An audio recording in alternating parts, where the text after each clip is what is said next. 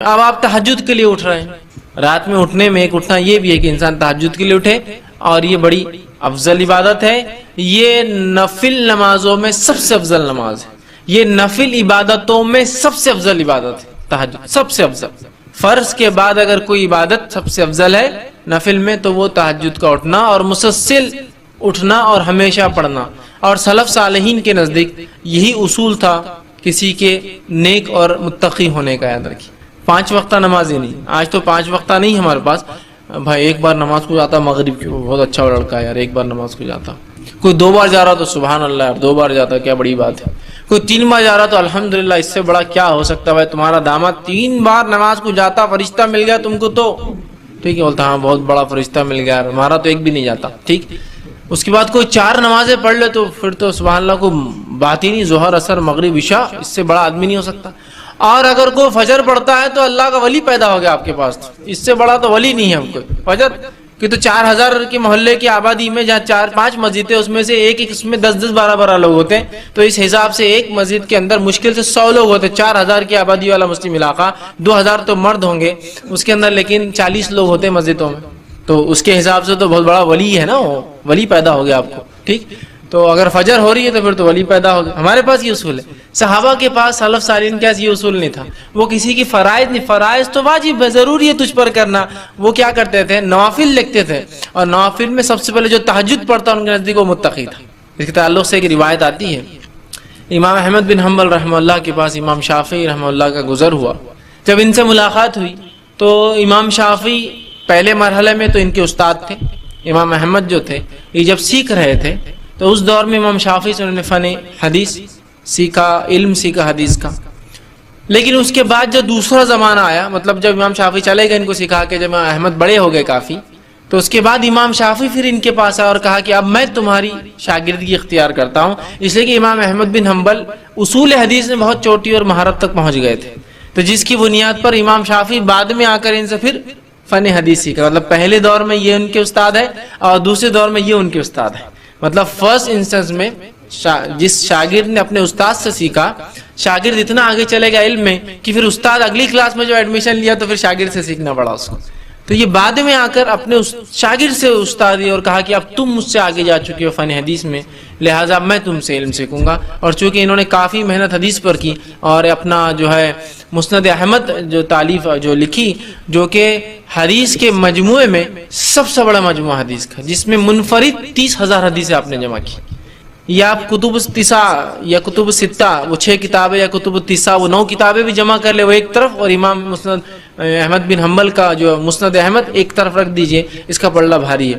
اس لیے کہ امام بخاری نے جمع کی جو حدیث ہے 7,500 حدیث اپنی کتاب میں، جس میں صرف 2,222 حدیث ہے جو منفرد ہے، باقی ریپیٹیٹیو ہے۔ جیسے ایک حدیث میں وضو کا بھی ذکر آ رہا، کپڑوں کا بھی ذکر آ رہا، طہارت کا، تو 3 جگہ آتی ہو، وضو کے بیان میں، کپڑوں کے بیان میں، طہارت کے بیان میں، ٹرپل ٹائم ریپیٹ ہو رہی ہو۔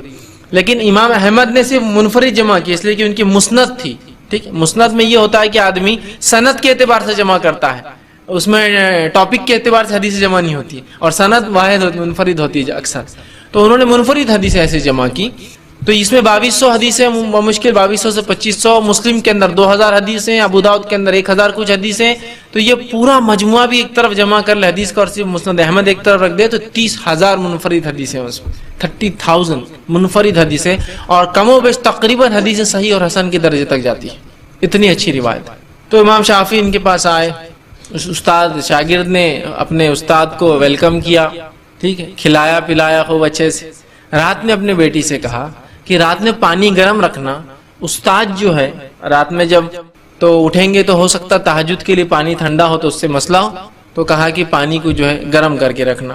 اب جب گھر میں کوئی مہمان آتے تو بچوں میں بڑا وہ رہتا، کیا کر رہے، کہاں کھا رہے، کیا پی رہے، کیا بیٹھ رہے، بچے بہت دیکھتے رہتے مہمان کیا کر رہا، اور اگر والدین عزت کر رہے اس مہمان کی تو ان کے لیے مہمان نمونہ آئیڈیل بن جاتا ہے، تو اور دیکھتے ہیں اس کو۔ تو ان کی بیٹی جو تھی امام احمد کی، وہ رات بھر جاگتی رہی کہ امام شافعی اب کیا کیا کرتے، خاص استاد ہے نا میرے والد کے، کیا کیا عبادتیں کرتے خاص۔ مطلب بچوں کو بھی یہ معلوم تھا کہ رات کی عبادت کرتے ہیں تو کچھ خاص ہے، ورنہ فرائض تو ٹھیک ہے وہ تو سب کرتے ہیں۔ اب رات بھر بچی دیکھتی رہی، امام صاحب تو امام شافعی جو ایک کروٹ سوئے سیدھی، تو سیدھا فجر کی اذان پر اٹھے۔ جب فجر کی اذان پر اٹھے تو امام احمد بھی نماز کے لیے جانے لگے، تو بچی نے ان کی مزیحتاً ہنستے ہنستے والد کو اسے تنگ کرنے کے لیے کہا پانی زیادہ ٹھنڈا ہو گیا تھا رات میں، پانی شاید زیادہ ٹھنڈا ہو گیا تھا، مطلب امام صاحب کو آپ نے کہا پانی گرم رکھو، پوری رات میں پانی گرم کر کے رکھی، امام صاحب نے اٹھ کے وضو نہیں کیا، تو مذاق کے طور پر اپنے والد سے کہا پانی شاید بہت ٹھنڈا ہو گیا تھا رات میں. تو امام احمد سمجھ گئے کہ مطلب امام شافعی نے وضو نہیں کیا اور نماز نہیں پڑھی تہجد. تو بچی کو خاموش بٹھا کر چلے گئے. فجر کے بعد آئے تو رہا نہیں گیا، کیونکہ فرائض ان کے پاس اصل نہیں تھے، وہ تہجد سے نوافل کے اہتمام سے انسان کو پرکھتے تھے. تو پوچھ ہی لیا، کہا کہ کچھ مسئلہ تھا استاد، کیا بات ہے آپ نے تہجد نہیں پڑھی؟ حالانکہ تہجد فرض نہیں ہوتی لیکن پھر بھی متقی پرہیزگار لوگوں کی علامت ہے. تو کہا آپ نے تہجد نہیں پڑھی، کوئی مسئلہ تھا یا مجھ سے کوئی کوتاہی ہوئی، پانی کیا ہوا؟ اس لیے کہ بچی نے وہ جو مذاق کیا ان کو جواب دینا تھا اس کا. تو کہا نہیں ویسا نہیں تھا، جب میں رات میں تمہارے پاس کھانے کو بیٹھا تو میں مطمئن تھا کہ تمہارا کھانا حلال ہوگا، تو لہٰذا میں عام اعتبار سے جتنا کھاتا ہوں اس سے زیادہ کھا لیا، کیونکہ میں مطمئن تھا کہ امام احمد بن حنبل کا رزق حلال ہوگا. جب میں جا کر بستر پر لیٹا اور ایک کرمٹ لیٹ گیا تو میرے ذہن میں ایک حدیث آ گئی، ایک روایت آ گئی آپ صلی اللہ علیہ وسلم کی کہ وہ جو بدو آیا تھا، ایک اعرابی آیا اور مسجد نبوی میں داخل ہوا اور صحابہ بیٹھے تھے، جا کر پیشاب کر دیا. تو وہ میرے ذہن میں وہ بات آ گئی، وہ حدیث آ گئی، اور اس حدیث پہ میں غور کرتا رہا اور کچھ فقہی مسائل نکالتا رہا کہ اسے کیا کیا باتیں اخذ ہو سکتی ہے، کیا کیا باتیں استنباط کر سکتے ہیں، نکال کر ہم بتا سکتے ہیں امت کو کہ یہ مسائل میں یہ کام ہو سکتا ہے. تو وہ مسئلے میرے ذہن میں آنے لگے. تو میں جب لیٹ گیا کرمٹ تو وہی حدیث میرے ذہن میں گھومتی رہی اور میں اس کو سوچتا رہا، اور اس ایک حدیث سے میں نے 70 مسائل رات بھر میں نکال لی. مطلب میرا ذہن اسی پہ چلتا رہا کہ کیا کیا نکل سکتا ہے، کہ پیشاب کسی کو تیز آئے تو نماز پڑھ سکتا ہے، اس لیے کہ وہ تیز آیا تھا، نماز پڑھی اور پھر پیشاب کر دیا. تو پتہ چلا کہ وضو تھا تو اس نے سوچا ہوں میں باقی رکھتا ہوں. اسی طرح پتہ چلا کہ کوئی پیشاب کر دے اسے روکنا نہیں چاہیے ورنہ روکنے سے ہو سکتا ہے اس کو تکلیف. اسی طرح پتہ چلا کر اسے روکا جاتا تو وہ بھاگتا تو پیشاب اور پھیل جاتا. تو غلاظت کم جگہ میں ہو رہی تو اس کو ہونے دیا جائے، بعد میں اس کو ہٹایا جائے، بعد میں پانی ڈالا جائے. ایسے مسائل نکالتے رہے. ٹھیک، اسی لیے فقہا کا شریعت نے بڑا مقام یاد رکھی، لیکن وہ مقام بھی نہیں کہ نبی سے آگے چل جائیں گے فقہا. ٹھیک ہے، لیکن ان کا مقام اس لیے کہ وہ ہم کو اخذ کر کے مسائل بتاتے ہیں، علاقہ رکھتے ہیں. تو امام شافعی 70 مسائل نکالے اس اور کہا بس وہ اس میں ذہن لگا رہا، تھوڑی نیند لگی اور فجر کی اذان ہو گئی. آپ سمجھ رہے بات کو؟ تو یہاں اس واقعے میں پتہ چل رہا ہے کہ ان کے پاس اصل چیز کیا تھی، تقوی کی علامتیں. 5 وقت فرض نماز اور موقعہ نہیں، رات میں پڑھتا ہے کہ نہیں پڑھتا ہے آدمی. ہمارے پاس تو بھائی کوئی دن میں کچھ نمازیں جو فرض پڑھ لے تو بڑا فرشتہ آدمی ہے، ان کے پاس نہیں. 5 تو فرض ہے، اس کے علاوہ کیا دیتا ہے؟ زکوٰۃ تو دینی ہے جی، اس کو نہیں رکھتے تھے وہ، اس کے علاوہ کیا خرچ کرتا ہے؟ روزے تو رکھنا ہے جی، رمضان کی سب رکھتے ہیں، اس میں کیا بڑی بات ہے؟ اس کے علاوہ کیا رکھتا ہے؟ یہ ان کے پاس تقوی اور ایمان کی علامتیں اور پیمانے تھے، یاد رکھی. بہرحال تو رات میں نبی اکرم صلی اللہ علیہ وسلم اٹھتے. تو جب رات میں آپ تہجد کے لیے اٹھیں تو اس کے لیے آپ صلی اللہ علیہ وسلم جب اٹھتے تہجد کے لیے تو آسمان کی صحیح بخاری کی روایت عبداللہ ابن عباس رضی اللہ عنہ فرماتے ہیں کہ میری خالہ میمونہ آپ صلی اللہ علیہ وسلم کی یہ بیوی تھی، ہماری امہات میں سے. ان کے پاس میں نے ایک بار کہا کہ میں آپ کے ساتھ سوؤں گا تاکہ نبی اکرم صلی اللہ علیہ وسلم کیا کرتے ہیں وہ بھی دیکھ لوں. تو جب میں رات میں سویا تھا تو آپ صلی اللہ علیہ وسلم رات کے تیسرے پہر، اس سے پہلے یا اس کے بعد کبھی تو بھی اٹھے، وہ بچے تھے لیکن ایگزیکٹ یاد نہیں، لیکن کبھی تو فجر سے پہلے کا وقت تھا جس کو ہم سحر کا وقت کہہ سکتے ہیں. اٹھے، اٹھ کر آپ نے آنکھوں کو ملا تاکہ نیند کو بھگا دے. اس کے بعد آپ باہر نکلے حجرے سے، آسمان کی طرف دیکھا اور سورہ آل عمران کی آخری 10 آیتیں تلاوت کی. اس کے بعد آپ نے وضو کیا، بڑے اچھے سے مشکیز نکالی، پانی لیا اس میں سے اور بہت اچھے سے وضو کیا. وضو کر کے آپ کھڑے ہو گئے. تو اس روایت میں پتہ چلا آپ صلی اللہ علیہ وسلم رات تہجد کو اٹھتے تو آنکھ ملتے، تو نیند میں سے آپ اٹھے تو آنکھ ملے، اٹھ کر جاتے آسمان کی طرف دیکھ کر آخری 10 آیتیں پڑھتے اور اس کے بعد جو ہے آ کر وضو کرتے اور نماز پڑھتے. پھر وہ کہتے ہیں کہ جب آپ صلی اللہ علیہ وسلم نماز کو کھڑے ہوئے تو میں بھی وضو کر کے آیا اور آ کر رسول اکرم صلی اللہ علیہ وسلم کے الٹے طرف کھڑا ہو گیا. الٹے طرف، چھوٹے تھے پتہ نہیں ان کو، بچے تھے، آگے کھڑے ہو کے دیکھا آپ سے پڑھ رہے. تو رسول اکرم صلی اللہ علیہ وسلم نے اپنے سیدھے ہاتھ سے مجھے پکڑا اور اپنے سیدھے طرف لیا، چونکہ امام کے سیدھے طرف مقتدی ہوں اگر اکیلا ہے تو، الٹے نہیں. تو پتہ چلا نماز میں یہ چونکہ ضروری حرکت تھی اس لیے کہ وہ نماز غلط، ورنہ لوگ آ کے ادھر کھڑے ہو جاتے پھر سمجھتے یہ امام ہے. تو آپ نے پکڑا اور ادھر لیا. تو اس سے پتہ چلا امام نماز میں بھی مقتدی کی اصلاح کر سکتا ہے اگر ضروری ہو اس طرح کی غلطی. دوسرا پتہ چلا نفل نماز جماعت سے ہو سکتی ہے. بہت سے لوگ پوچھتے نفل نماز جماعت سے ہوتی کیا؟ تو یہ رات کی نماز آپ سے پڑھے تھے، عبداللہ ابن عباس آ کے جماعت بنا لی، پیچھے سے آئے خاموشی سے کھڑے ہو گئے. پھر وہ کہتے ہیں میں کھڑا رہا. آپ صلی اللہ علیہ وسلم اتنی لمبی نماز پڑھی کہ سورہ بقرہ پڑھ لی, سورہ آل عمران پڑھ لی, تو میں خاموشی سے نکلا جا کے سو گیا. پھر مطلب کھڑے بھی ہوا, لگا کہ میں پڑھ لوں گا, اتنا لمبا پڑھا کہ میں وہاں سے نکلا اور جا کے پھر سو گیا. جب فجر ہوئی تو آپ نے مجھے جگایا اور جگا کر میرا کان پکڑا اور کہا کہ عبداللہ ایسا کرتے کہ پہلے تو نماز کو آئے, کھڑے ہوئے اور پھر چلے بھی گئے بیچ میں سے توڑ کے, مسکراتے, مطلب صرف ہنسی کے لیے, یہ نہیں کہ ان کو سزا دی, مسکراتے ہوئے کان پکڑا اور کہا کہ ایسا کرتے ہیں نماز میں, مطلب آئے تم پہلے کھڑے ہوئے, غلط کھڑے ہو گئے, پھر ادھر سے آئے اور پھر جا کے سو گئے اور میں پھر سو گیا. تو اس میں دیکھیے کتنی باتیں پتہ چلی کہ ایک تو آپ اٹھ کر رات میں تہجد پڑھتے اور آسمان کی طرف, تو آپ تہجد کو اٹھتے ہیں تو آسمان کی طرف دیکھ کر آپ یہ پڑھ سکتے ہیں. اس طرح کی آسمان نہ دیکھ سکے, ایسا خواتین گھر سے باہر نہیں نکل سکتی, تو بہرحال آپ وہیں پڑھ لے ویسا, لیکن یہ سنت ہے آپ پڑھنا, اور اس کے بعد پھر آپ تہجد کو کھڑے ہوتے تھے. ٹھیک, تو یہ اس طرح سے جو ہم اگر اٹھتے ہیں تو کریں. اسی طرح اگر آپ صبح اٹھتے ہیں, سمجھ لیجیے کسی نے ایک سوال کیا تھا, رات کے آخری حصے تہجد میں جو بھی دعا مانگی جائے وہ قبول ہوتی ہے. تہجد کی نماز پڑھ کر ہی دعا مانگی جائے تو ہی وہ قبول ہوتی ہے, یا اگر اس وقت ہماری نیند بیدار ہو جائے مگر نماز پڑھنے کے بجائے اپنی جگہ پر لیٹے ہوئے یا بیٹھے ہوئے ہی بغیر وضو کے دعا کی جائے تو کیا وہ دعا قبول ہوتی ہے؟ دیکھیے سب سے پہلی چیز تو آگے انہوں نے پھر لکھا, تہجد کی نماز پڑھنے کا بہترین وقت کون سا ہے؟ رات کے 3 بجے سے آخر حصہ رات کا شروع ہوتا ہے, تو کس وقت پڑھنا زیادہ بہتر ہے؟ اگر ہم اپنے بیڈ پر جا نماز بچھا کر نماز پڑھیں تو کیا ایسا پڑھ سکتے ہیں؟ دیکھیے سب سے پہلی چیز تو یہ کہ جو رات کے تیسرے آخری پہر میں جو فضیلت ہے, جو صحیح مسلم کی روایت ہے, عموماً ہم رمضان میں سنتے ہیں لیکن یہ سال بھر کے لیے. حدیث کیا ہے؟ آپ سے فرماتے ہیں رات کے آخری پہر میں, آخری حصے میں اللہ رب العزت پہلے آسمان میں, آسمانی دنیا پر آ جاتا ہے اور ایک ندا, ایک آواز لگاتا ہے, کوئی مغفرت کا طلب کرنے والا, میں مغفرت دینے بیٹھا. اللہ اس کو حکم دیتا ہے. پھر ایک آواز آتی ہے کوئی مانگنے والا مجھ سے, میں دینے کے لیے بیٹھا ہوں. ہر روز, رمضان میں خاص نہیں, ہر روز رات کے آخری پہر میں اللہ رب العزت دنیاوی آسمان پہ آ جاتا ہے. کیسے کیا واللہ عالم, بس آ جاتا ہے بس, اور ایک آواز لگاتا ہے, اللہ حکم دیتا, لگاؤ آواز, ہے کوئی مانگنے والا, میں دینے بیٹھا ہوں, ہے کوئی مغفرت طلب کرنے والا, میں مغفرت دینے بیٹھا ہوں اس وقت. ٹھیک ہے, اب نبی اکرم صلی اللہ علیہ وسلم اس وقت کا فائدہ کیسا اٹھا وہ دیکھنا پڑے گا ہم کو. طریقہ مانگنے کا, آپ صلی اللہ علیہ وسلم نماز پڑھتے تھے. اب یہ الگ بات ہے کہ آپ رات میں اٹھ جائیں, چونکہ جو کاغذ پر آتے میں خواتین کے سوال سمجھتا ہوں تو ان کے حساب جواب دیتا ہوں.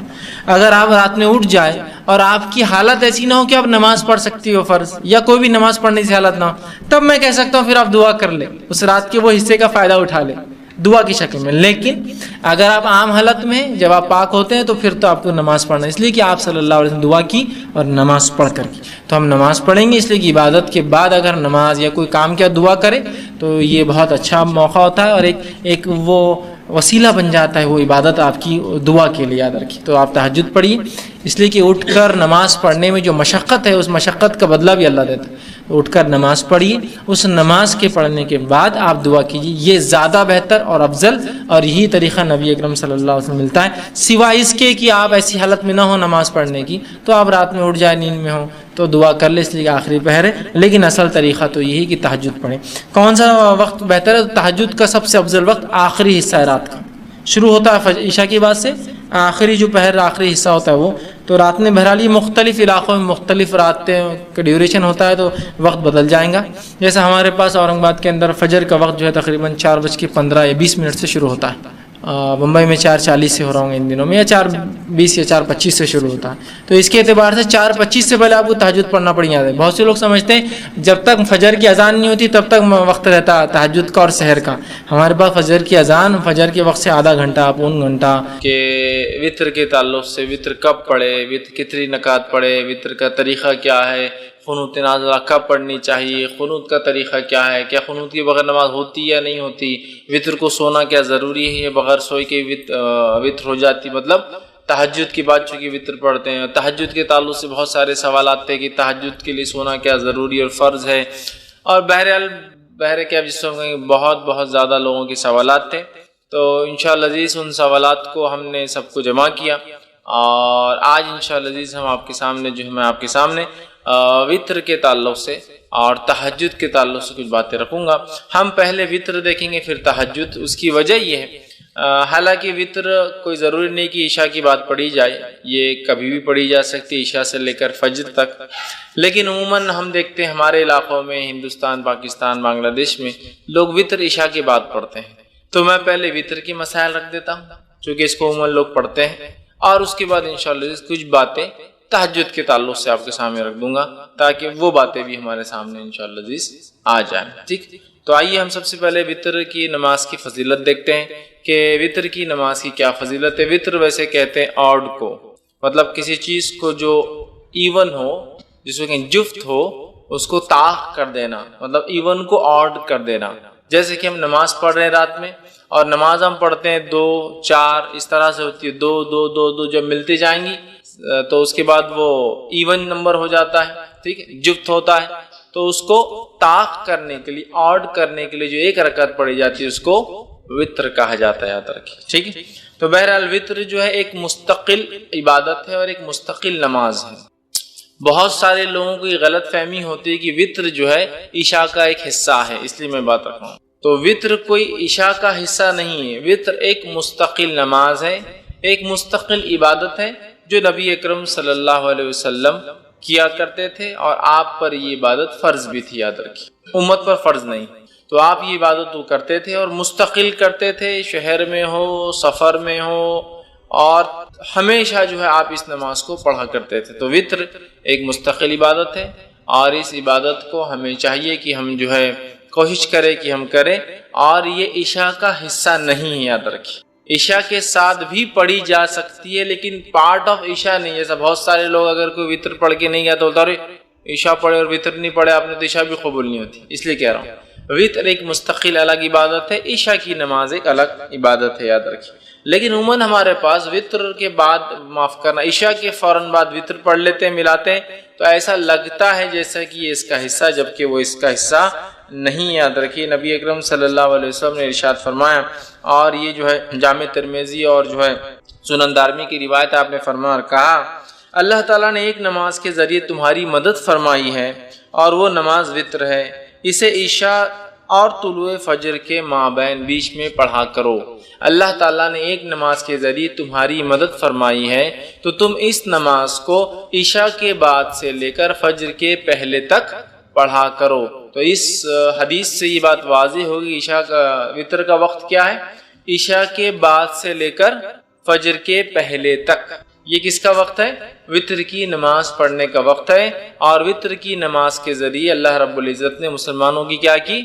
مدد فرمائیے، ہیلپ کیے، مطلب یہ بہت افضل نماز ہے، ہم کوشش کریں کہ اس نماز کو ہم پڑھا کریں، ٹھیک ہے۔ تو یہ نماز مستقل عبادت ہے، عشاء کے بعد بھی پڑھی جا سکتی ہے لیکن عشاء کا حصہ نہیں ہے، اور عشاء سے لے کر فجر کے شروع ہونے سے پہلے تک اس نماز کو ایک انسان کبھی بھی ادا کر سکتا ہے۔ اسی طرح ابو داؤد کی روایت ہے، یہ اس کی فضیلت، اور اس میں تو پہلی روایت میں ایک فضیلت پتہ چلی اور ایک وقت بھی پتہ چلا۔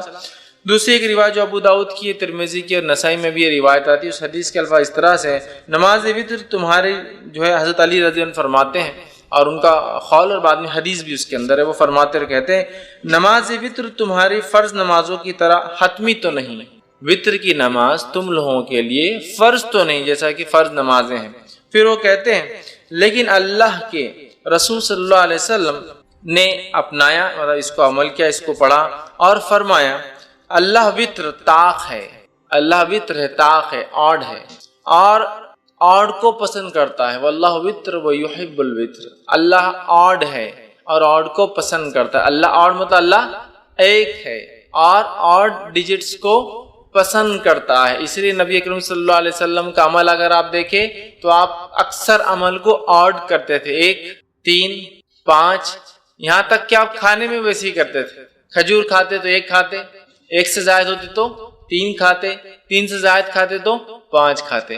چونکہ آڈ نمبرز کی خصوصیت یہ ہے کہ جب اس کو ڈیوائیڈ کیا جاتا ہے تو اس کا ریمائنڈر ہمیشہ 1 ہوتا ہے، تو اللہ چونکہ آڈ ہے، 1 ہے، تو وہ پسند کرتا ہے۔ تو اس نے فرمایا، حضرت علی فرماتے ہیں کہ آپ یہ نماز تو فرض تو نہیں ہے، حضرت علی کے قول خود واضح ہے، لیکن آپ کو فرماتے ہیں کہ رسول اللہ صلی اللہ علیہ وسلم نے فرمایا اللہ وطر ہے، طاق ہے، پھر فرمایا اور اکائی طاق کو محبوب رکھتا ہے، پسند کرتا ہے۔ اے اہل قرآن، مطلب اے مسلمانوں، وتر کو پڑھا کرو، وتر کو پڑھا کرو۔ تو گویا حکم بھی ہے وتر کے پڑھنے کا، تو لہٰذا ہمیں وتر پڑھنے میں کوتاہی نہیں کرنی چاہیے اور وتر کو اپنا معمول بنا لینا چاہیے۔ آپ عشاء کے بعد سے لے کر فجر تک کبھی پڑھ سکتے ہیں، یہ مستقل ایک نماز ہے، کوئی ضروری نہیں کہ عشاء کے بعد ہی پڑھے جائے، عشاء کے بعد سو کر اٹھ کے پڑھیے یا آپ جاگ رہے ہیں تو بعد میں سوتے وقت پڑھیے، آپ کے اوپر ڈیپینڈ ہے بہرحال۔ تو یہ کوئی وہ نہیں ہے کہ آپ عشاء کے ساتھ ہی پڑھیں، لیکن عشاء کے بعد سے لے کر فجر تک، فجر کے پہلے تک آپ اس کو کبھی بھی پڑھ سکتے ہیں۔ اسی طرح جو ہے ابو داؤد کی، نسائی کی اور جو ہے ابن حبان، دارقطنی اور دیگر حدیثوں میں جو الفاظ آتے ہیں اس میں سے ایک لفظ یہ ہے الوتر حق، وتر حق ہے، مطلب وتر ضروری ہے، وتر کو پڑھا کرو، بلا وجہ چھوڑا نہ کرو، تاکید ہے۔ دوسری کی روایت نے فرما کہا الوتر حق علی کل مسلم، وتر حق ہے ہر مسلمان کے اوپر، مطلب اے مسلمانوں وتر تم پر حق ہے، جتنا ہو سکے وتر کو پڑھا کرو۔ تیسری روایت نے فرما کہا الوتر حق ولیس بواجب، وتر حق ہے، ضروری ہے لیکن واجب نہیں ہے۔ ٹھیک، تو یہاں دیکھیے نبی اکرم صلی اللہ علیہ وسلم تاکید کر رہے ہیں وتر کے تعلق سے، اور یہ تاکید کر رہے ہیں کہ وتر واجب نہیں ہے لیکن اس کو پڑھا کرو اس لیے کہ وہ حق ہے۔ تو اوپر کی روایتوں میں جو حق ہے کہ الفاظ بار بار آ رہے ہیں، اس سے یہ بات واضح ہو رہی ہے کہ وتر بڑی اہم نماز، بلا وجہ سے چھوڑنا نہیں چاہیے، کوشش کرنا چاہیے کہ اس کو جتنا ہو سکے اتنا پڑھا جائے، لیکن یہ بات یاد رکھ لیجیے نماز واجب نہیں، چونکہ آپ سمجھ کی خود حدیث ہے وتر حق ہے لیکن یہ جو ہے واجب نہیں ہے، ضروری نہیں ہے۔ اور یہ بات میں اس لیے بھی رکھ رہا ہوں کہ بہت سارے لوگ یہ سمجھتے ہیں کہ اگر وتر نہ پڑھے عشاء کی بات تو عشاء نہیں ہوئی، اس لیے بھی رکھ رہا ہوں۔ وتر ایک مستقل الگ عبادت ہے لیکن وہ عشاء کے ساتھ پڑھی جا سکتی ہے، لیکن وہ عشاء کا پارٹ نہیں ہے، اس کے نہ پڑھنے سے عشاء میں کوئی کمزوری نہیں آتی ہے۔ ٹھیک ہے، یہ بتانا میرا مقصود تھا۔ تو وتر کو پڑھنا چاہیے، یہ حق ہے، یہ ضروری ہے، بہت اہم ہے، لیکن یاد رکھیے واجب نہیں ہے۔ تو لہٰذا جو شخص استطاعت رکھتا ہو ضرور کوشش کرے کہ وتر کی نماز کو بھی وہ ادا کرے۔ اسی طرح جو ہے ابو داؤد اور مستدرک حاکم کی روایت ہے، نبی اکرم صلی اللہ علیہ وسلم فرما کہا وتر حق ہے اور جو شخص وتر نہیں پڑھتا ہے وہ ہم میں سے نہیں۔ مطلب اس وتر کی اہمیت، وتر کی نماز کی اہمیت بتاتے ہوئے نبی اکرم صلی اللہ علیہ وسلم کیا فرما رہے ہیں، وتر کو پڑھا کرو اس لیے کہ حق ہے، اور جو وتر نہ پڑھے وہ ہم میں سے نہیں ہے۔ مطلب یہ ہوا کہ بلا وجہ وتر کو نہیں چھوڑنا چاہیے، بلا وجہ وتر میں کوتاہی نہیں کرنا چاہیے، جتنا ہو سکتا ہے اتنا کوشش کر کے وتر کو ضرور بھی ضرور ہم لوگ پڑھے، لیکن یہ نماز واجب نہیں ہے۔ انشاءاللہ آگے میں اس کی تفصیلات رکھوں گا۔ خود اوپر کی ایک روایت میں وضاحت بالکل ہو گئی کہ وہ حق ہے لیکن واجب نہیں ہے، لیکن وہ اتنی اہم نماز ہے کہ زور دینے کے لیے، امفسائز کرنے کے لیے نبی کریم صلی اللہ علیہ وسلم فرمائے وہ حق ہے بول کر، جو وتر نہ پڑھے وہ ہم میں سے نہیں، مطلب بلا وجہ وتر کی نماز کو چھوڑنے والا ہم میں سے نہیں، مطلب وہ غلط کام کرتا ہے، اسے چاہیے کہ وتر کو ادا کیا کرے اگر طاقت، استطاعت، سہولت ہو تو۔ اسی طرح جو ہے نبی اکرم صلی اللہ علیہ وسلم فرماتے ہیں، یہ طبرانی کی دارقطنی کی روایت آپ نے فرما کہا، مسند احمد میں بھی یہ روایت آتی ہے، اور آپ نے فرما کہا 3 چیزیں میرے لیے فرض ہے، تمہارے لیے تطوع کا لفظ یعنی سنت ہے۔ 3 چیزیں میرے لیے واجب ہے، فرض ہے، میں اس کو کرتا ہوں، اور تمہارے لیے یہ چیز جو آپ سے فرماتے سنت ہے۔ کیا کیا ہے؟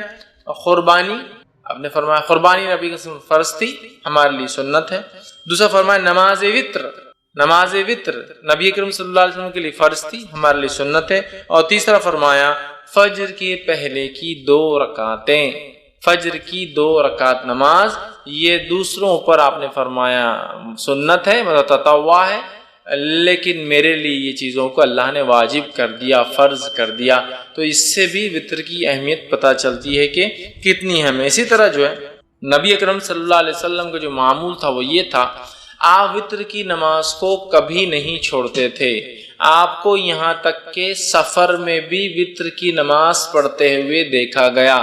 مطلب وتر کی نماز کو نبی اکرم صلی اللہ علیہ وسلم نے اپنا معمول بنا دیا تھا، اور آپ سفر میں بھی، حالانکہ سفر میں قصر ہوتا ہے جمع بھی ہو سکتی ہے، نمازیں ملائی بھی جا سکتی ہے، دو نمازیں فجر اپنے وقت پر، ظہر اثر ایک ساتھ پڑھ سکتے ہیں آپ، چاہے ظہر کے وقت میں چاہے اثر کے وقت میں، مغرب عشاء ایک ساتھ پڑھ سکتے ہیں، چاہے مغرب کے وقت میں چاہے عشاء کے وقت میں، تو گویا 3 وقت میں 5 نمازیں ہوتی ہے، اور اس میں بھی قصر کا آپ کو موقع ہے، مطلب نمازیں ہاف ہو جاتی ہے، فجر 2 کی 2 رکعت ہوتی ہے فرض، ظہر کی 4 کی 2 ہو جاتی ہے، عصر کی 4 کی 2 ہو جاتی ہے، مغرب کی 3 ہوتی ہے، اور عشاء کی 4 کی 2 ہو جاتی ہے، مطلب فرض میں بھی قصر ہے، لیکن نبی اکرم صلی اللہ علیہ وسلم نے اس حالت میں بھی جو ہے وطر کو پڑھا، تو وطر کی نماز اس سے پتہ چلتا ہے بڑی اہمیت کے حامل ہے۔ اب وطر کی نماز کیا ہے، اس کا حکم کیا ہے، سنت ہے، واجب ہے، موقدہ؟ جیسے ہمارے پاس جو عموماً چلن ہے واجب الوطر بولتے ہیں، وہ کیوں؟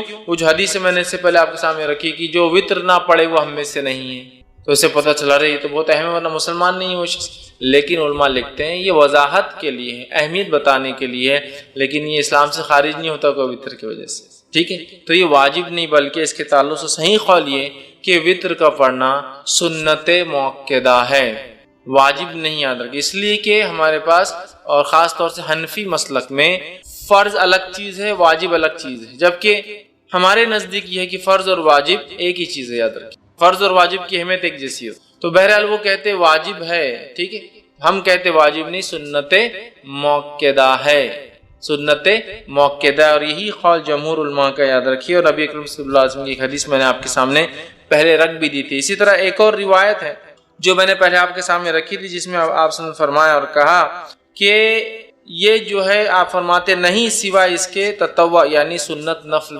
پڑھے، مطلب وطر کی نماز یہ جو ہے یہ سنت ہے، سنت موقدہ ہے، ایک رات نے فرمایا مجھ پر فرض ہے اور تم لوگوں پر تطوع، تم لوگوں پر کیا ہے، سنت ہے، تم لوگوں پر یہ نماز فرض نہیں ہے، تو اس سے پتہ چلا یہ نماز واجب نہیں بلکہ سنت موقدہ ہے، ٹھیک ہے۔ اسی طرح امام مالک جو ہے اور مسند احمد کے اندر روایت آتی ہے، عبادہ بن صامت رضی اللہ عنہ اس کے راوی فرماتے اور کہتے ہیں کہ جس کے اندر آپ صلی اللہ علیہ وسلم نے فرمایا کہ یہ تطوع، یہ نماز سنت ہے، نہ کہ تم پر فرض، تو بلکہ یہ جس کو ہم کہیں گے عام زبان میں سنت موقدہ جو کہتے ہیں نا، ایسی سنت جس کو نبی اکرم صلی اللہ علیہ وسلم نے ہر حال میں کرنے کی کوشش کی، یہ نماز ایسی ہے، یاد رکھیے وطر۔ اب وطر کی نماز کا وقت کب شروع ہوتا ہے اس کے تعلق سے دیکھ لیتے ہیں، تو میں سمجھتا ہوں پہلی حدیث میں نے درس کی ابتدا میں جو بتائی واضح ہے کہ یہ نماز کے ذریعے اللہ نے ہماری مدد کی، اور یہ نماز عشاء کے بعد سے لے کر فجر کے پہلے تک پڑھی جا سکتی ہے، ٹھیک، تو اس کا وقت شروع ہوتا ہے عشاء کے بعد سے فجر کے طلوع مطلب فجر کے شروع ہونے سے پہلے تک، مطلب اس کو عام زبان میں کہوں تو عشاء کے بعد سے سحر کے وقت کے ختم ہونے تک، چونکہ سحر کا وقت ختم ہوتا ہے تو فجر شروع ہو جاتی ہے، تو اس کا وقت رات میں عشاء کے بعد سے لے کر سحر کے شروع ہونے کے پہلے تک ہے۔ تو ہم لوگ کوشش کریں کہ اس عمل کو جو ہے اگر ہم کرنا چاہتے ہیں تو عشاء کے بعد سے لے کر فجر کے پہلے تک کر سکتے ہیں۔ ابو داؤد، ترمذی اور ابن ماجہ کی روایت ہے، آپ صلی اللہ علیہ وسلم فرمایا اور کہا اسے نماز عشاء اور طلوع فجر کے مابین پڑھو، عشاء کے بعد اور طلوع فجر کے شروع ہونے کے بیچ میں کہیں آپ اس نماز کو پڑھ سکتے ہیں، یاد رکھیں، ٹھیک ہے۔ اسی طرح جو ہے آپ صلی اللہ علیہ وسلم فرماتے ہیں، اور صحیح بخاری اور صحیح مسلم کی متفق علیہ روایت آپ نے فرمایا اور کہا نبی اکرم صلی اللہ علیہ وسلم رات کے ہر حصے میں نماز وتر ادا فرمائی، ابتدائی حصے میں بھی، وسط شب میں بھی، اور رات کے آخری حصے میں بھی، اور یہ روایت حضرت عائشہ سے ہے کہ حضرت عائشہ فرماتی ہے کہ آپ صلی اللہ علیہ وسلم وتر کی نماز عشاء کے بعد بھی پڑھتے تھے، اس کے بعد سے لے کر نماز رات کے کسی بیچ کے حصے میں بھی پڑھتے تھے، اور اس کے علاوہ رات کے آخر حصے میں بھی پڑھا کرتے تھے۔ تو اس سے پتہ چلا کہ وتر کی نماز عشاء کے بعد سے لے کر فجر کے پہلے تک کبھی بھی پڑھی جا سکتی ہے، اور نبی اکرم صلی اللہ علیہ وسلم نے عشاء کے بعد سے لے کر فجر کے پہلے تک پڑھا۔ اسی طرح ایک دوسری روایت صحیح بخاری اور صحیح مسلم کی، آپ نے فرمایا اور کہا، اور آپ صلی اللہ علیہ وسلم نے جن دنوں میں وفات پائی، مطلب یہ روایت بھی عائشہ فرماتی ہے اور کہتی ہے اس روایت میں کہ جن دنوں میں نبی اکرم صلی اللہ علیہ وسلم وفات پائی ان دنوں میں آپ آخری حصے سحر کے وقت وتر کو پڑھا کرتے تھے۔ اس سے کیا پتہ چلا، آپ صلی اللہ علیہ وسلم عشاء کی بعد بھی پڑھتے، بیچ میں پڑھتے، اور آخر وقت میں، لیکن آپ نے کیا کیا، اس کو آخر وقت میں اللہ کے رسول اس کو سحر کے وقت پڑھا کرتے تھے۔ اسی طرح جو ہے نبی اکرم صلی اللہ علیہ وسلم کا جو ہے ایک حکم ہے، حدیث ہے جو صحیح مسلم کی روایت ہے، آپ نے فرمایا رکھا صبح ہونے سے پہلے پہلے وتر کو پڑھ لو، مطلب صبح ہونے سے پہلے پہلے تک وتر کو ہم کو پڑھ لینا چاہیے۔ تو پتہ چلا وتر عشاء کے بعد سے لے کر فجر کے پہلے تک کبھی بھی آپ پڑھ سکتے ہیں، اور نبی اکرم صلی اللہ علیہ وسلم نے اس کو عشاء کے بعد سے لے کر فجر تک کبھی بھی پڑھا، اور اس کو ہم کہیں گے عشاء کے بعد بھی پڑھی جا سکتی ہے، لیکن آخر وقت میں پڑھنا افضل ہے، سحر کے وقت میں پڑھنا افضل ہے، اس لیے کہ انسان سوتا ہے، سو کر اٹھتا ہے، اٹھنے کے بعد پھر نفل نمازیں مطلب تہجد پڑھتا ہے، اور تہجد کے بعد اگر وتر پڑھتا ہے تو یہ افضل ہے، یاد رکھیے۔ اب آپ کہیں گے خالی وتر کو رات میں کیوں اٹھنا ہے؟ تو تہجد ہی پڑھنا، لیکن میں تہجد انشاءاللہ آخری میں رکھوں گا وہ حصہ۔ تو یہ جو وتر کو ہم کہہ رہے ہیں آخری وقت میں پڑھنا افضل ہے، اس سے مراد ہے آخری وقت میں انسان رات میں اٹھے، تہجد کی نماز پڑھے، تہجد کے بعد اپنی وتر پڑھ لے۔ صحیح مسلم کی روایت ہے، ماں عائشہ رضی اللہ عنہا سو جاتی تھی، آپ سب ان کو اٹھاتے تھے اور کہتے عائشہ اٹھ اور وتر پڑھ لے، مطلب تہجد ادا کر، اور تہجد ادا ہونے کے بعد اپنی وتر کی نماز، چونکہ عموماً صحابہ آخر وقت میں وتر پڑھتے تھے، چاہے تہجد کے وادی تھے، لہٰذا چونکہ تہجد ایک بہت افضل عمل ہے، یاد رکھیے بہت افضل، نفل نمازوں میں سب سے افضل نماز ہے یہ، تو لہٰذا وہ لوگ روکے رکھتے تھے اپنی نماز کو، وتر کو، اور تہجد میں اٹھتے تھے، تہجد میں اٹھنے کے بعد وتر پڑھتے تھے۔ تو اللہ کے رسول صلی اللہ علیہ وسلم ماں عائشہ کو اٹھاتے تھے تاکہ وہ اپنی وتر ادا کرے، مطلب تہجد پڑھ لے اور اس کے بعد وتر بھی ادا کرے۔ تو یاد رکھیے یہ آخری وقت افضل ہے، لیکن کوئی ضروری نہیں، آپ کو ڈر ہے، خدشہ ہے رہ جائیں گی، نہیں پڑھ پاؤں گا، تو بہرحال پہلے بھی پڑھ سکتے ہیں۔ اسی طرح جو ہے جامع ترمذی، ابن ماجہ اور مسند احمد کی روایت ہے، نبی اکرم صلی اللہ علیہ وسلم نے فرمایا کہا تم میں سے جس شخص کو یہ اندیشہ ہو کہ وہ رات کے آخری حصے میں نہیں جاگ سکیں گا، تو اسے چاہیے کہ رات کے پہلے حصے میں ہی وتر پڑھ لے۔ جس کو ایسا لگے کہ میں رات میں نہیں اٹھ سکتا ہوں، تو اسے چاہیے کہ وتر پہلے پڑھ لے، مطلب عشاء کے بعد پڑھ لے۔ پھر فرماتے اور کہتے ہیں پڑھ لے، اور جسے آخر رات میں خیام کا شوق ہو اور طمع ہو کہ وہ کرے، خیام کرے، اس کو شوق ہو، اس کو لگا ہو، اسے چاہیے کہ وہ رات کے آخری حصے میں، جس کو ڈر ہو یا میں اٹھ نہیں پاؤں گا، شک ہو رہا ہے، یا میں روز پڑھتا ہوں تہجد لیکن آج جاگا بہت دیر تک تو اٹھ نہیں پاؤں گا، یا پھر میں روز بھی نہیں اٹھ پاتا ہوں تہجد کے لیے، بس عشاء ہو جاتی ہے، فجر کو اٹھتا ہوں تو بیچ میں نہیں اٹھ پاؤں گا، تو پھر وہ عشاء کی بات پڑھ لے۔ ایسا نہیں، جس کو شوق ہے، رات کی نماز پڑھنا چاہتا ہے، تہجد پڑھنا چاہتا ہے، تو پھر کیا کرے، وہ وتر کو روکے رکھے، تہجد کے بعد اس کو ادا کرے۔ اسی طرح صحیح مسلم کی روایت ہے، نبی اکرم صلی اللہ علیہ وسلم فرمایا کہا بے شک رات کے آخری حصے کی نماز میں فرشتے آتے ہیں اور یہی افضل ہے۔ رات کے آخر حصے میں نماز کے وقت فرشتے حاضر ہوتے اور یہ افضل ہے۔ تو پتہ چلا تہجد کو آخر وقت میں پڑھنا، آخر وقت میں پڑھنا، سحر کے وقت پڑھنا، فجر سے پہلے پڑھنا افضل ہے، اور اسی طرح وتر کو بھی سحر سے پہلے، سحر کے آخر وقت میں پڑھنا، یا رات کا آخری حصہ تیسرا پہر ہوتا ہے جس سے فجر پھر شروع ہو جاتی ہے، اس کے بعد اس سے پہلے پڑھنا افضل ہے، چونکہ اس وقت فرشتے حاضر ہوتے ہیں۔ تو اسی سے میں نے کہا افضل تو آخر حصے میں ہے، لیکن عشاء کے بعد بھی فوراً اسے ادا کیا جا سکتا ہے، یاد رکھیے فوراً ادا کیا جا سکتا ہے۔ اسی طرح جو ہے صحیح بخاری اور صحیح مسلم کی ایک روایت ہے، ابو ہریرہ رضی اللہ عنہ فرماتے اور کہتے ہیں میرے خلیل، مطلب نبی اکرم صلی اللہ علیہ وسلم، خلیل مطلب بہت جگری گہرا دوست، تو فرماتے ہیں میرے خلیل نبی اکرم صلی اللہ علیہ وسلم مجھے خاص طور پر 3 باتوں کی وصیت فرمائی ہے، 3 باتوں کی مجھے تاکید کی۔ پہلا، میں ہر مہینے کے 3 روزے رکھوں، ایام 20 کے روزے جو کہ 13، 14 اور 15 تاریخ چاند کے حساب سے اس کے روزے رکھوں، یہ آپ نے ان کو تاکید کی تھی۔ چاند کی جو ہے 13، 14 اور 15 تاریخ کو میں روزے رکھوں۔ اسی طرح آپ نے فرمایا کہا صلاۃ الضحیٰ یعنی چاشت کی 2 رکعتیں نماز پڑھوں۔ اسی طرح فرماتے اور کہا یہ کہ سونے سے پہلے میں وتر پڑھ لیا کروں، مطلب سونے سے پہلے پڑھ لیا کروں، مطلب انسان سونے سے پہلے وتر پڑھ سکتا ہے، اور ہم جانتے ہیں وتر رات کی آخری نماز ہوتی ہے اور تہجد کی بعد ہوتی ہے، تو لہٰذا کوئی انسان بغیر جاگے، بغیر سوئے بھی تہجد پڑھ سکتا ہے۔ یہ جواب ہے، بہت سے لوگ بولتے ہیں نا تہجد کے لیے سونا ضروری ہے، افضل ہے سو کر اٹھ کر پڑھنا، اس لیے کہ اٹھنا، مشقت کرنا، وضو کرنا، ٹھنڈا اور گرم پانی کا مسئلہ ہوتا ہے رات میں، پھر بھی کرنا یہ افضل ہے، لیکن ضروری نہیں ہے، یاد رکھیں۔ بہت سے لوگ بولتے ہیں تم تو سوئی نہیں تو تہجد کیسے پڑھیں گے؟ آپ نے کیا فرما رہے ابو ہریرہ رضی اللہ عنہ کو کہ سونے سے پہلے وتر پڑھ لینا، مطلب اگر تم سونے کا ڈر ہو کہ صبح نہیں اٹھ پاؤں گے تو وطر پڑھ کر سونا، اور صحابہ ظاہر سی بات ہے تہجد کی بھی عادی تھے، یہ تو کوئی جلدی بھی پڑھ سکتا ہے تہجد، یاد رکھیے، یا پھر بغیر سوئے کی بھی رات بھر جاگ لیا آج کسی کاز کی، کسی وجہ سے، ریزن کی وجہ سے، تو پھر میں تہجد پڑھ کر سو سکتا ہوں، ٹھیک ہے۔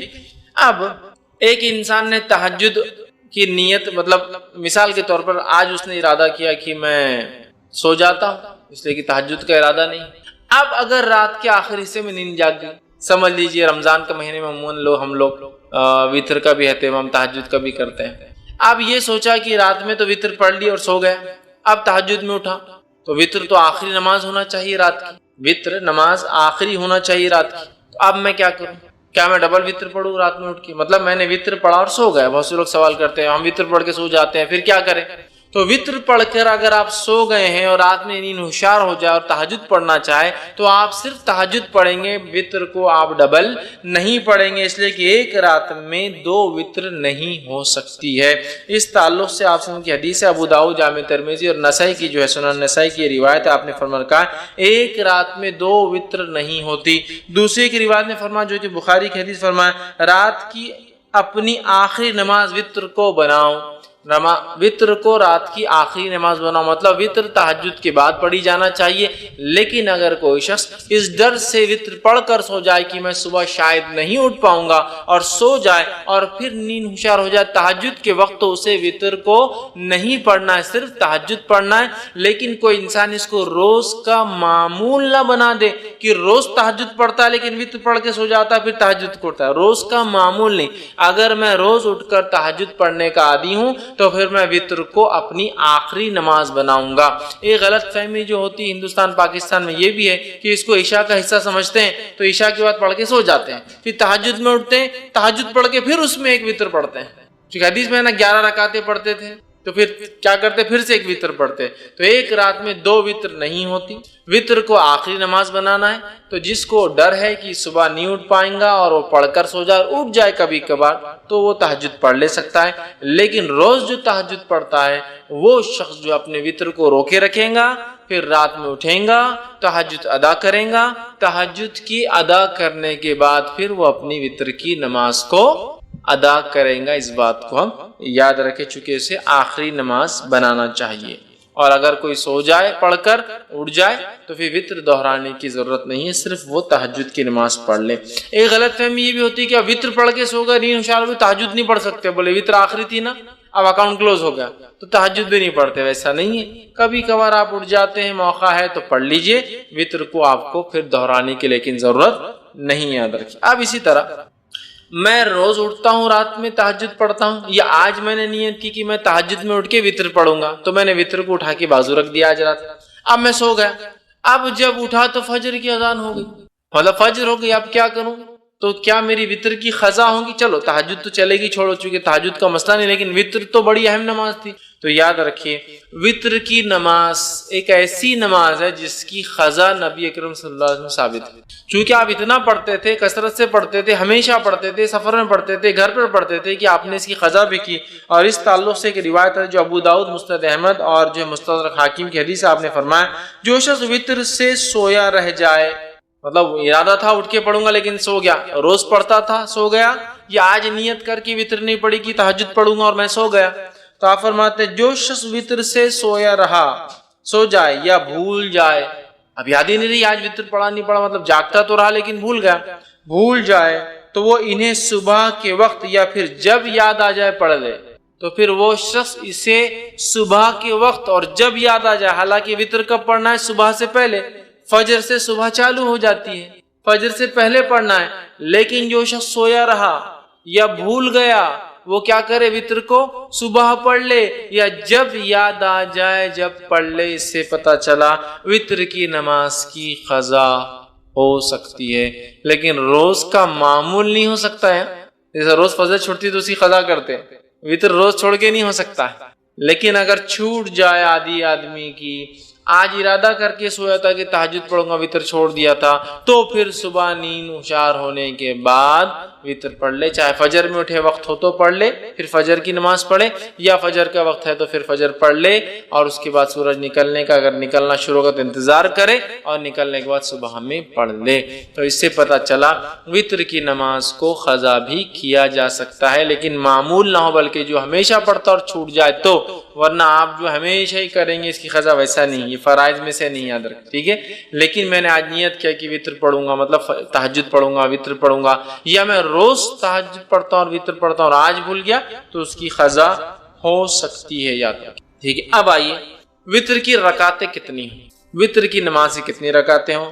تو وطر کی نماز صحیح بخاری اور صحیح مسلم کی روایت ہے، اب سنن نسائی ہے، مستدرک حاکم ہے، بیہقی ہے، اور اتنی ساری حدیثیں آتی ہیں جس کے اندر آپ صلی اللہ علیہ وسلم سے وطر کی نماز 1 رکعت، وطر کی نماز 3 رکعت، وطر کی نماز 5 رکعت، وطر کی نماز 7 رکعت اور وطر کی نماز 9 رکعت ثابت ہے، اور کچھ روایتوں میں وطر کی نماز 11 رکعت اور 13 رکعت بھی ثابت ہے، لیکن زیادہ مشہور اور معروف چیز جو ہے وہ 1 رکعت، 3 رکعت، 5 رکعت، 7 رکعت اور 9 رکعت معروف ہے، لیکن کچھ علماء نے 11 بھی ثابت کی ہے اور 13 بھی ثابت ہے، لیکن اس میں تھوڑا سا شبہ یہ ہے کہ وہ 11 تہجد کے ساتھ تھی اور 13 تہجد کے ساتھ فجر کی 2 تھی، بول اس لیے میں وہ نہیں لے رہا ہوں، لیکن 9 رکعت تک تو بالکل ثابت ہے۔ لیکن ہمارے پاس چلن کس چیز کا ہے، کیا چیز مشہور اور معروف ہے؟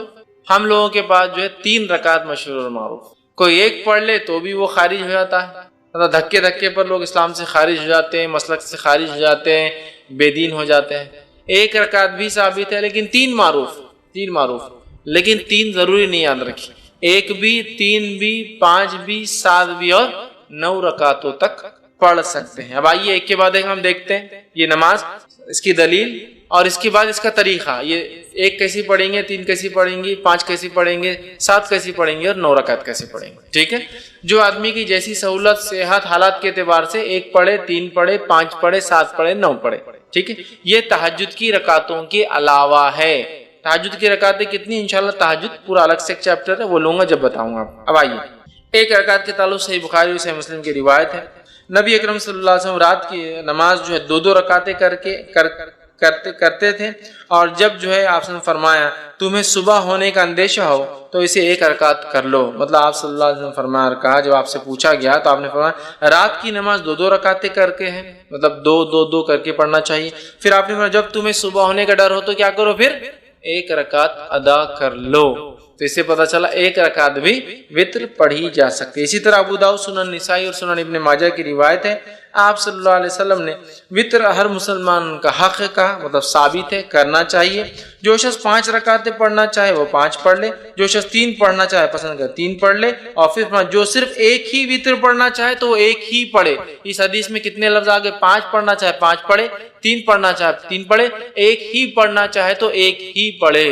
تو 5 کے لفظ حدیث میں آ گئے، 3 کے لفظ حدیث میں آ گئے اور 1 کی لفظی حدیث میں آ گئے، تو 1 رکعت بھی وطر پڑھی جا سکتی ہے۔ اسی طرح بہت سارے صحابہ کا عمل تھا، جس میں سے ایک معروف ہے، جیسا کہ جو ہے معاویہ بن ابی سفیان رضی اللہ عنہ، یہ جو ہے 1 رکعت ہی ہمیشہ پڑھا کرتے تھے، ٹھیک۔ اب اسی طرح 3 رکعت والی روایت ہم دیکھ لیتے ہیں۔ تو اسی طرح جو ہے صحیح بخاری اور صحیح مسلم کی روایت ہے، عائشہ رضی اللہ عنہا فرماتی اور کہتی ہیں نبی اکرم صلی اللہ علیہ وسلم قیام اللیل کرتے، رات کی نماز پڑھتے اور پھر آخر میں 3 رکعت ادا کرتے، ٹھیک، 3 رکعت ادا کرتے اور 3 رکعت وطر پڑھتے قیام اللیل کے بعد۔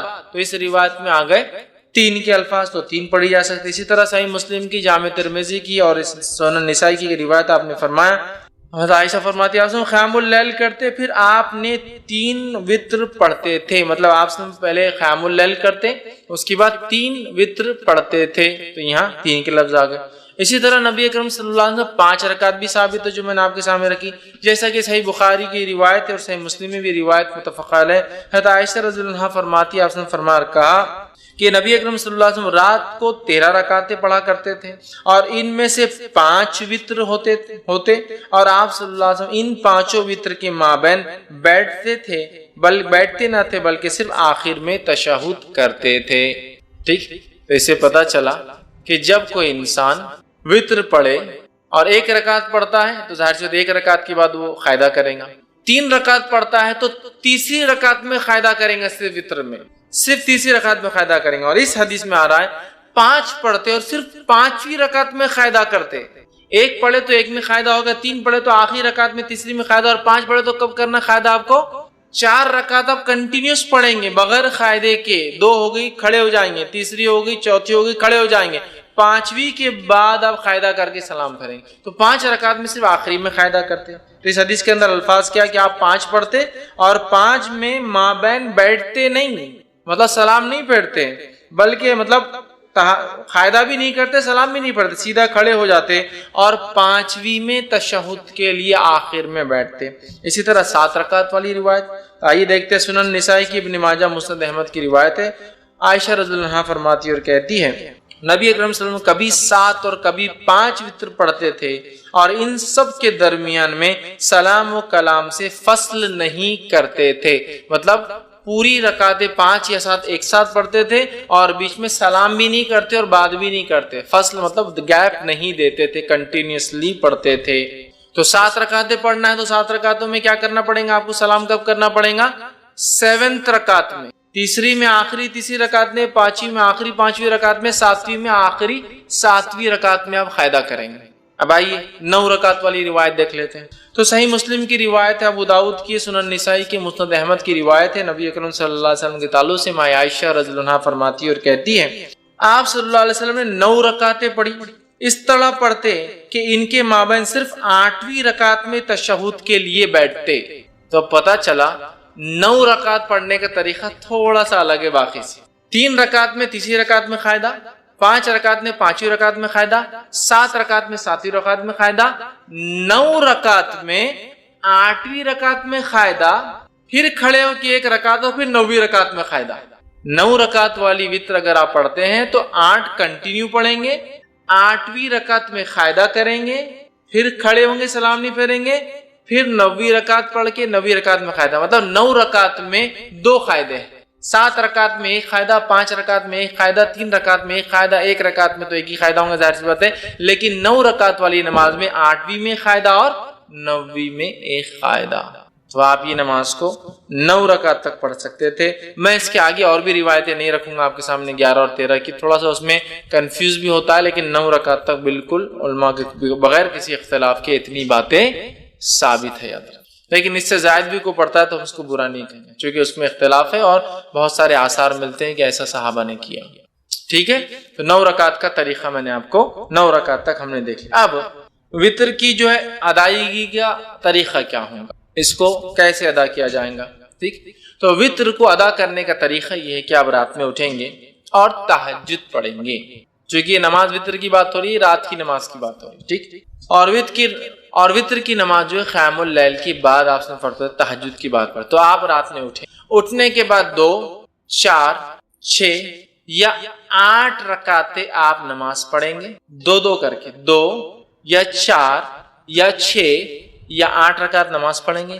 ان نمازوں کے بعد 1 یا 3 یا 5 یا 7 یا 9 رکعت وتر پڑھیں گے. ہوگی بات ختم. یہ طریقہ ہے. پہلے آپ تہجد کے لیے اٹھیں گے, تہجد کی نماز پڑھیں گے جو کہ 2 یا 4 یا 6 یا 8 رکعت زیادہ سے زیادہ. یہ پڑھنے کے بعد آپ 1 رکعت یا 3 رکعت یا 5 رکعت یا 7 یا 9 رکعت وتر پڑھیں گے. یہ اس کا پڑھنے کا طریقہ ہے. یاد رکھیے, طریقہ یاد رکھیے, اور یہی یاد رکھیے, درست چیزیں یاد رکھیے کہ ہم جو ہے اس طرح سے اس نماز کو ادا کرے تہجد کے بعد. اب جو سب سے مشہور طریقہ ہے وتر کا وہ 3 رکعتیں ہیں جو ہمارے پاس بھی چلتا ہے, تو اس کو تھوڑا سا اور ڈیٹیل میں جاتے ہیں. سب سے مشہور طریقہ جو وتر کا ہے وہ 3 والا ہے. وہ کیوں؟ حضرت عائشہ کی وہ روایت یاد کیجئے موطا امام مالک کی کہ نبی اکرم صلی اللہ علیہ وسلم رمضان یا غیر رمضان 11 رکعتوں سے زیادہ نہیں پڑھتے تھے. تو 11 رکعت میں 8 رکعت تہجد کی اور 3 رکعت وتر کیا. تو 3 پڑھنا سب سے مشہور طریقہ ہے. اب یہ 3 پڑھنے کا طریقہ کیا ہے, اس طریقے سے اس 3 رکعت کو پڑھنے کے 2 طریقے ہیں. میں سمجھو آپ زیادہ کنفیوز نہیں ہو رہے ہیں, ہر چیز کلیئر کرتے ہوئے جا رہے ہیں. 3 رکعتوں کو پڑھنے کے 2 طریقے ہیں. 2 طریقے کیا ہیں؟ 2 سلام سے 3 رکعت یا 1 سلام سے 3 رکعت.